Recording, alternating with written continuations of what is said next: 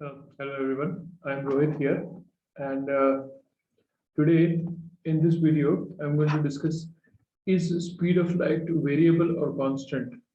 So I'm basically Rohit and I have written this book, Decoding Gravity, Time and Causality, and in this particular video channel, YouTube video channel, I describe dynamic general relativity, a theory of quantum gravity and a potential theory of everything.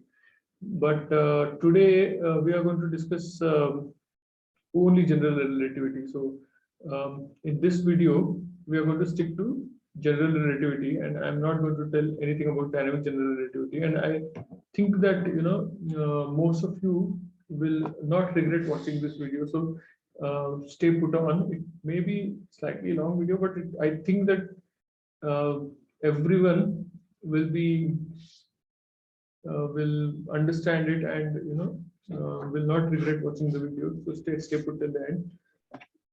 The question which we are going to tackle today is that, is light speed a constant or is it a variable? Or some people might rephrase the question that, how is it even possible to even think about a variable speed of light? Will it not violate special relativity? So what exactly is this variable speed of light theory? Now, dynamic general relativity, which is the theory which I have described in my book, is also a variable speed of light theory. So what exactly is this about variable speed of light theories? Now, there are quite a few other variable speed of light theories described. These are actually alternative theories. These are basically needed to get rid of inflation. So in the Big Bang, at the very early stages of the creation of the universe,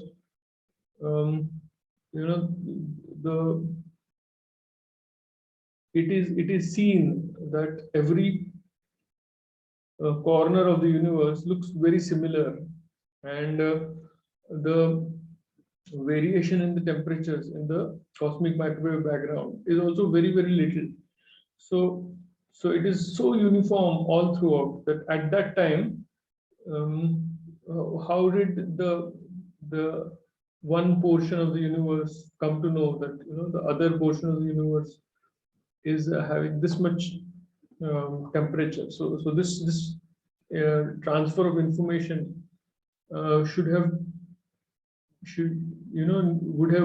need much faster than speed of light transfer. But we know that the radiation, that is heat, it is basically a type of electromagnetic radiation, and it travels with speed of light. So how does this information, how did the information pass so fast so for that you need variable speed of light theory. So for those kind of theories, who can explain inflation, you need to have light, or rather information, traveling multiple times faster than speed of light.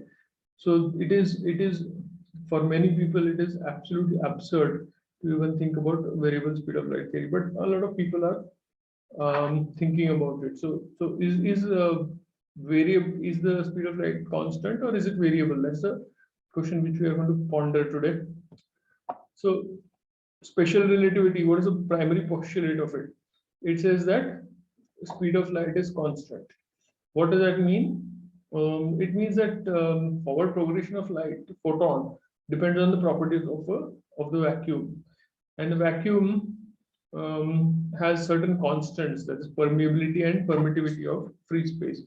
So in vacuum, there is one particular value for these constants, and these values determine how fast light travels forward.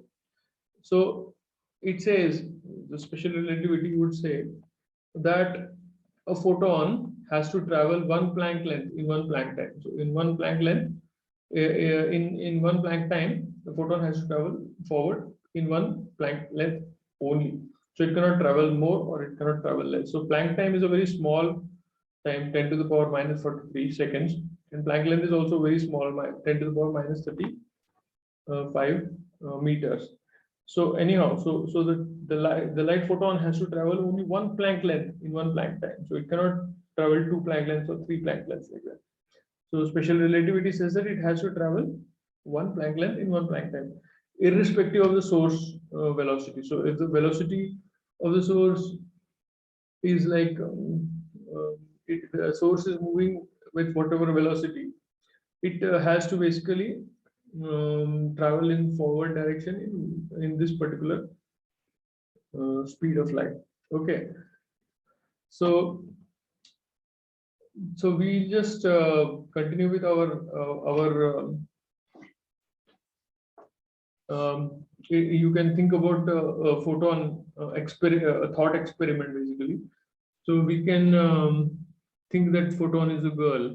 I don't want to use a boy here. So okay, a photon girl is there, and then if it has to travel forward, so these are basically one Planck length. So she has to keep hopping in one Planck time. She has to hop from here to here. Then again another Planck time. She has to hop from here to here. Like that, she has to travel forwards. Okay, so she cannot. The special relativity only says what, that she has to travel in this particular forward direction in one Planck length in one Planck time. So depending on where she is, if she is in the vacuum, then one Planck length in one Planck time she has to keep traveling forwards. Now here I keep on telling one Planck time, one Planck time. Now here again there is a catch actually. So what is this Planck time? Whether this is universally the same Planck time everywhere, or is it the local time? That is another question actually, which I'm going to address in the next video. What exactly is a local time, and what is the so the next video which I'm going to make is time an illusion? So I think you should subscribe to this video channel. And okay, so this photon girl has to jump every one Planck time. It has to jump to its neighboring, so whatever this is, tile. Okay, so this is one Planck length. So she has to jump from here to here in one Planck time. So in one Planck time, she has to jump one tile only, and not more than that. Okay. So what does general relativity say? General relativity says that mass of the Earth tells the fabric of space-time to bend, and this bending of fabric of space-time creates a gravitational wave which travels with speed of light outwards. Okay, so this is what general relativity is saying. So the mass of the Earth, if the mass of the Earth is increased, this bending of space-time will also increase. If it reduces, it will also reduce the extent of the bending of the space-time. But the speed of light and the gravitational wave, everything will remain constant. So most of the times it is described with a trampoline analogy, but this is a very bad analogy actually. So we are going to discuss a different kind of analogy. So let's look at this particular figure. So this is the Earth actually, okay, and it has mass. We know that. So we consider 2 points P and Q, which are at a distance equidistant from the center of the Earth. Okay, so if we have P and Q, and we see that they are equidistant, so we can choose any points as P and Q. You can choose this point as P and this point as Q, or you can choose this point as P and this point as Q, and so on. So there are literally infinite potential points which we can consider and name as P and Q. Now, so that is why this PQ, this line PQ, can be also number infinite in number. So P1 Q1, P2 Q2, P3 Q3, P4 Q4. We'll just number all these points P1 Q1, P2 Q2, and all. So P up till Pn Qn. So n is we don't know. N could be infinity also. But because we know that the circumference is finite, then we can just presume that PQ is of the same arc or angle. So in that case, the PQ, that is n, will become finite then. Anyway, so let's presume that we are talking about those points which are equidistant from the center. Each of these lines then adds together to form a circle. More appropriately, it will be a sphere because it will be a three-dimensional one. So let's also number the waves. So wave 1 will come, wave 2 will come, wave 3 will come, wave n, like that. It will keep coming. So these waves of space-time deformation incessantly keep forming and keep moving outwards at the speed of light. They form just outside the surface of the Earth, and they will keep moving outwards at speed of light. So presumably, they will be also spherical waves, and they will move outwards at speed of light as per general relativity, and they will reach PQ. So general relativity says that each of these lines PQ would contract, that is lose length, when wave number 1 reaches it. PQ will become P dash Q dash. So P dash Q dash would be smaller than PQ. P dash Q dash, P dash 1 Q dash 1 would also be smaller than P1 Q1. P dash 2 Q dash 2 would also be smaller than P2 Q2. So all these lines, each and every of these arcs, PQ arc, these lines would be reduced, or they will lose their length. So essentially what is happening is that when the first wave reaches, what is happening is that the circumference of this sphere is reducing, or rather not the circumference but surface area. So the circumference of the circle is reducing, or the surface area of this sphere is reducing, and this sphere will, that's why if the circumference is reducing, it will move inwards, and that is, it will reduce, it will lose radius as well. So it will move inwards. The same is true when wave 2 reaches, and same is true with wave 3 reaches, same is true when wave 4 reaches. So these waves keep forming, and then they keep reaching, and we can actually number these spheres also. Okay, so we can name there can be multiple spheres actually, like this. So there can be a sphere 1, sphere 2, sphere 3, sphere 4, like that. So our sphere 1, S1, will go inwards, and then again the S2 will go inwards, and again S3 will go inwards, and again S4 will go inwards, like that. The first wave, which will first reach S1, then it will reach S2, then it will reach S3, then it will reach S4. And the wave will keep deforming. First it will deform S1, so S1 will lose circumference, then S2 will lose circumference, then S3 will lose circumference, like that. Each of these squares can act, each of these spheres will keep moving inward, basically. So there is another alternate way of imagining it, that you can call this as PQ and P dash Q dash and P1 Q1, and you can think of this PQ, we can use arcs basically instead of lines, and these arcs, so the arc PQ becomes arc P1 Q1 when the wave 1 passes. Then the arc becomes P2 Q2 when the second wave passes, and the P3 Q3 when the third wave passes, then P4 Q4 when the fourth wave passes. This is an alternative way of naming it. So it's just the naming that we are is differing over here. The effect ultimately is the same. So the first wave starting from the surface of the Earth reaches, and a PQ becomes P1 Q1. Then second wave, PQ becomes P2 Q2. Then P2 Q2 becomes P3 Q3. Then P4 Q4. Like that, this arc will keep losing its length. So if the arc is losing its length, it's also losing its radius, and it is also losing the angle. It also is losing this angle, and it is losing the radius also. So this PQ will, the P1 Q1 will be slightly here, P2 Q2 will be slightly here. So the radius will keep moving. This particular sphere, this particular arc will keep moving inward. So this is true for all spheres like S1, S2, S3, S4.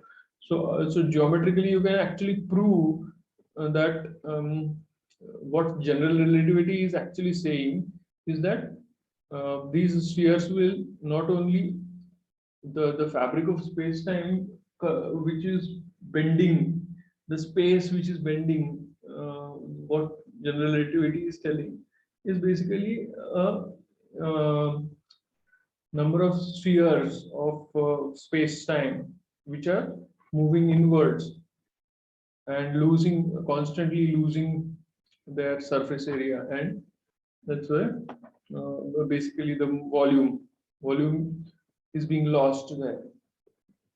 So here PQ, if you consider this as a volume of space between two spheres, then there will be active spatial contraction over here, and they will basically lose volume. So sphere 1 will have its circumference reduced and thus radius reduced due to wave 1. Then the new smaller sphere 1 will lose circumference due to the effect of wave 2. Then wave 3 comes. Then the new smaller sphere 1, the new smaller sphere 1 will again be come into wave 3. So it will be further reduced. So like that, the spheres will keep reducing in the circumference and radius, and they'll keep moving inwards. This results in inwards flowing spherical regions of space. Okay. Now here I'm not saying space-time actually specifically, because space-time, according to dynamic general relativity, space is different, time is different. And time is an illusion, and there are two types of time. So I'm going to explain it in the next video. So I think you subscribe and stay tuned. So what happens to this photon girl basically? So this photon girl is moving here one Planck length in one Planck time. But what happens is that there is a, what if the tiles which we saw are one Planck length thick tiles, and they are basically having, they are basically like a roller coaster, or there you can imagine a roller coaster, or you can also imagine a escalator which is moving right or left. So if the photon girl is traveling here in one Planck time, she will jump here. Then another Planck time, she'll jump here like that. But if the escalator is also moving in here, so basically she will move from here to here. But for the this escalator or this will move in the opposite direction. So what will happen is basically the forward progression of the photon girl, she will come here, but this will come here.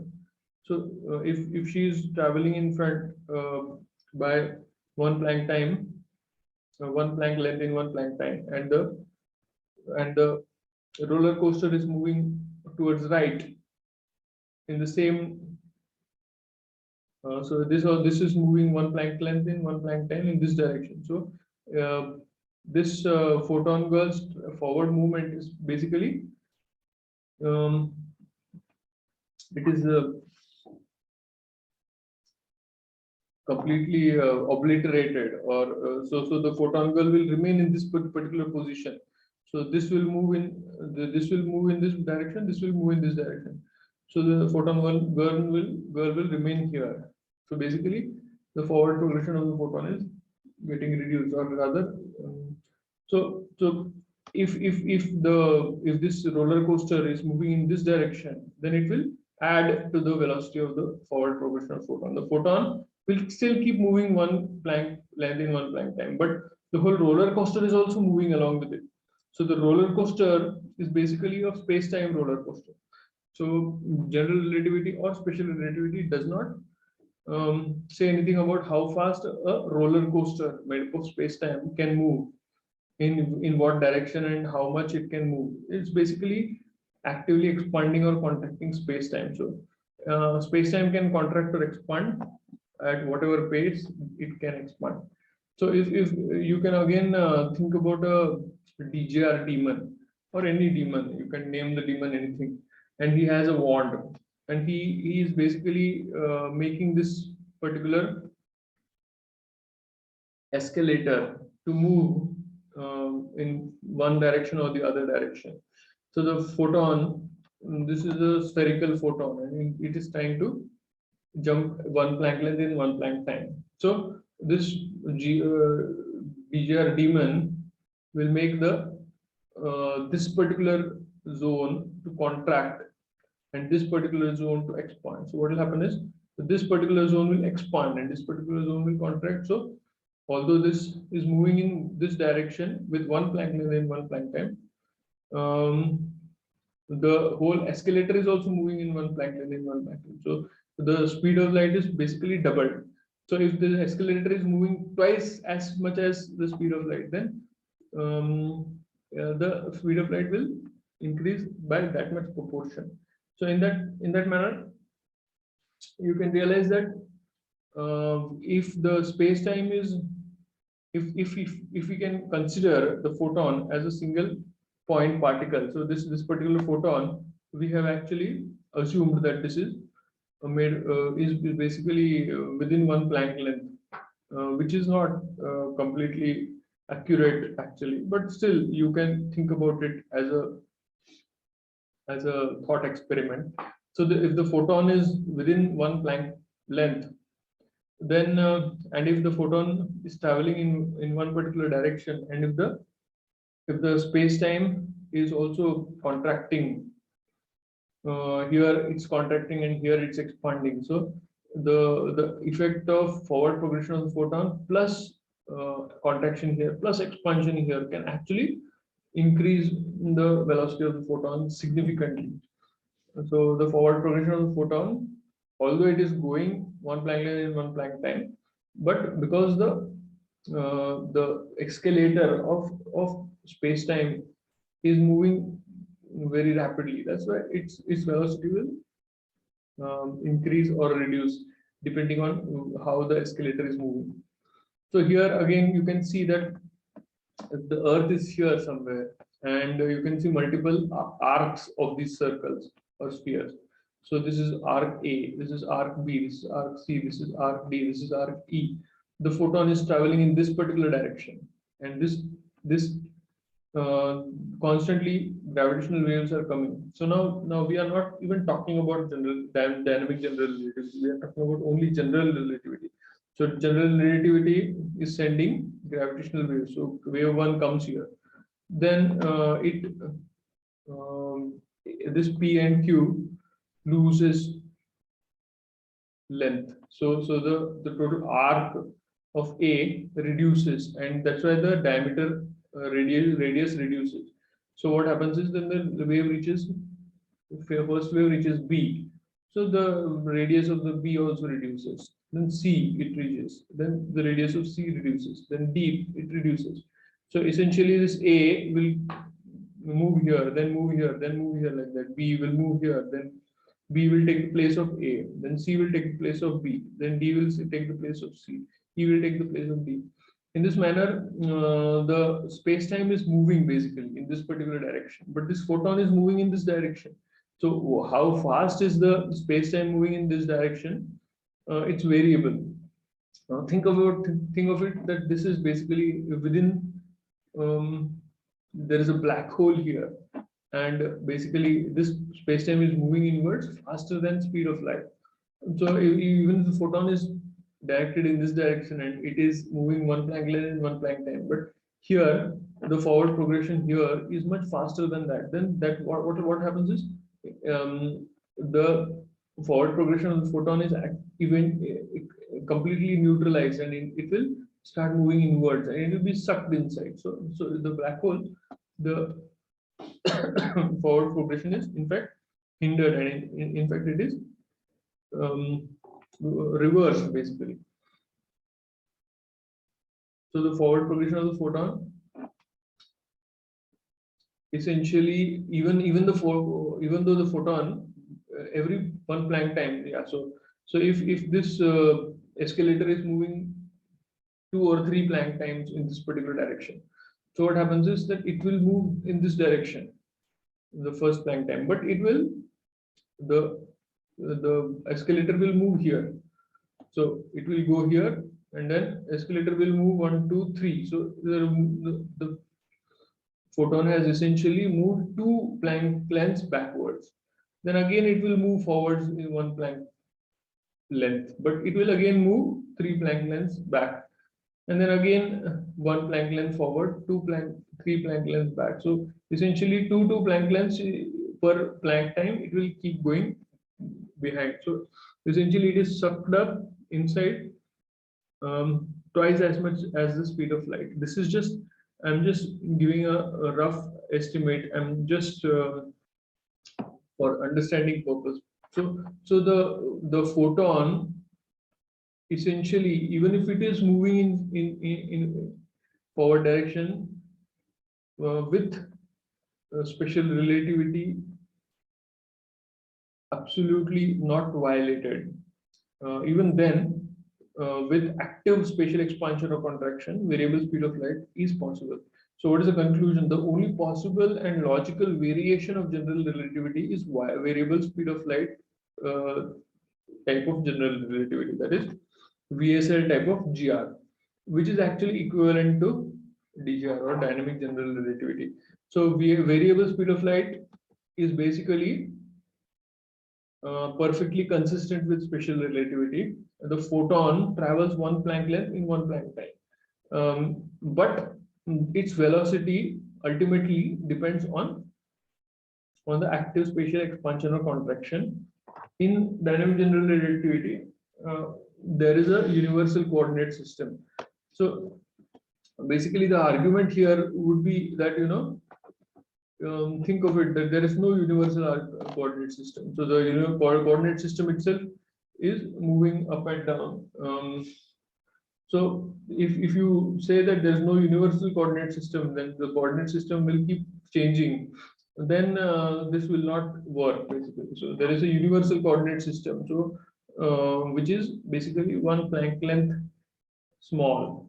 So the smallest unit of it is 1 Planck length. So if that is the case, then if there is an active spatial contraction here and active spatial expansion here, then the forward progression will in fact get added up to the spatial expansion and spatial contraction. So this universal coordinate system is absolutely must, and so that is how a variable speed of light type of general relativity is perfectly consistent with special relativity, and special relativity is not violated at all. So thank you very much for listening, and have a nice day. And I think the next video will be even more interesting. It will be whether whether time is an illusion or not. So I think you should subscribe and click the bell icon. And thank you very much for watching. Have a nice day.